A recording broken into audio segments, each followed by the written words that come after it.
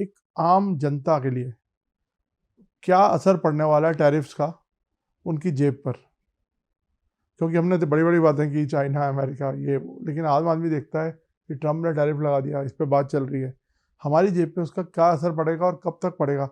अभी तो लेकिन कल जो नंबर्स आए हैं कि 7.8 हमारे जीडीपी के क्वार्टर के, वो तो बहुत प्रोत्साहित करने वाले हैं। लेकिन मुझे ऐसा लगता है कि अभी शायद जो इम्पैक्ट है वो अभी आएगा आने वाले समय पे। तो ये सवाल को दो भागों में करना है।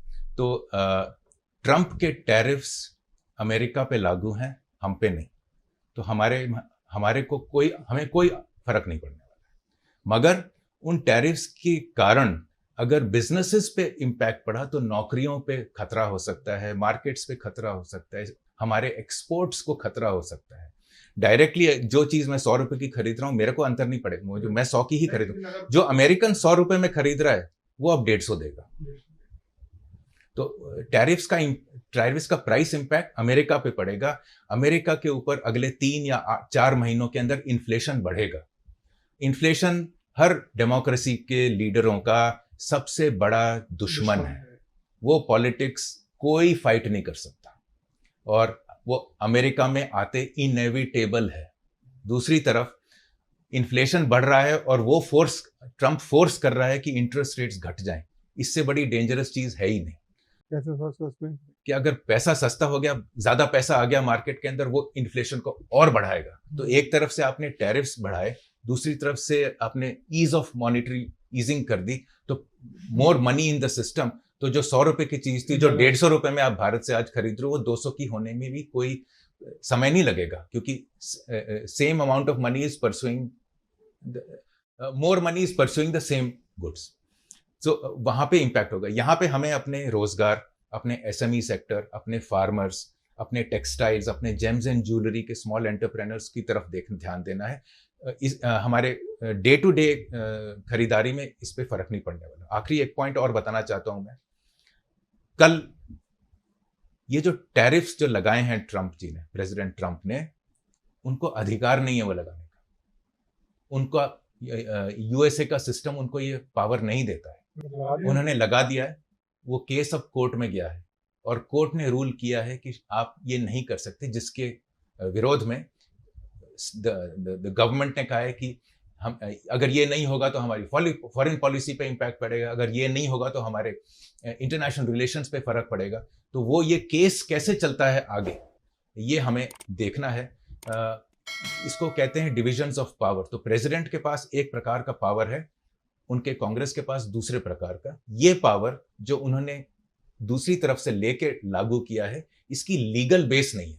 सवाल अब ये है कि जो अमेरिका के डेमोक्रेटिक इंस्टीट्यूशंस हैं, जुडिशरी इन दिस केस, जो उनके डेमोक्रेटिक इंस्टीट्यूशंस हैं, क्या वो रूल ऑफ लॉ का अमन करेंगे, या जैसे इंटरनेशनल रूल्स बेस्ड ऑर्डर को तोड़ा गया है, उनकी अंदरूनी डेमोक्रेसी पे भी इसका प्रहार होगा। ये देखना। Thank you sir, thank you for so much. मैं एक जाते जाते बस एक छोटा सा आपसे एक आर्ग्यूमेंट एक डिप्लोमेट ने किया था जब उनसे वो ऑफ रिकॉर्ड बात कर रहे थे। उन्होंने कहा था कि अमेरिका कुछ भी कर ले, जैसा आपने बोला ना, वो फैक्ट्रीज लगा ले, वो अपने लोगों को एम्प्लॉयमेंट दे, लेकिन फिर भी हिंदुस्तान से सस्ता प्रोडक्ट नहीं बना सकता, चाइना से सस्ता प्रोडक्ट नहीं बना सकता। तो वो भी एक फैक्टर है क्या कि अमेरिका में वो सस्ती फैक्ट्रीज नहीं चला सकते?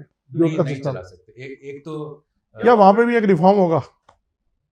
पर प्रयास तो किया है। वो भी डीरेगुलेशन की बात कर रहे हैं। भारत ने भी 2 कमिटीज बिठाई हैं, कल ही पर बिठाई हैं 2 कमिटीज डीरेगुलेशन पे। यूरोप डीरेगुलेशन की बात, तो deregulation, ease of doing business वहां भी हो रहा है, लेकिन वहां स्ट्रक्चरल इश्यूज हैं उनके पास। अब वो बहुत ऊंचे चले गए हैं। तो ये नीचे जो प्रोडक्ट्स जो बनते हैं, छोटे मोटे टूथब्रश, टूथपेस्ट, इसको बनाने वाले लोग नहीं। आपको एक और दुख भरा एक वो बताता हूँ, उन्होंने एग्जाम्पल देता हूँ। जो स्टाफ है उनका, मैक्सिकन स्टाफ, उनको तो निकाल दिया है। उसके कारण जो ओल्ड होम्स में जो अमेरिकन बूढ़े जो हैं, उनको केयर करने के लिए कोई बचा नहीं, क्योंकि ये काम अमेरिकन करना नहीं चाहते। जो करते थे उनको वो रहने देना नहीं चाहते। तो इनका अब क्या होने जा रहा है, ये पॉलिटिकली कैसे आगे बढ़ेगा या घटेगा, या इसको कैसे दबाया जाएगा, या इसकी सुनवाई होगी, ये देखना। रोबोट्स अभी तक तो आए हैं नहीं। तो ये जो पूरे नर्सिंग स्टाफ उनका ओल्ड होम्स का स्टाफ, अगर वहां से उनको आप निकाल रहे हो फॉर राइट और फॉर रॉन्ग, इलीगल हैं तो निकाल दो वगैरह, लेकिन ये काम कौन करेगा? तो ये भी एक उनको अमेरिका पे समस्या है। तो 3 समस्याएं हैं। पहली इन्फ्लेशन की, वो निश्चित है।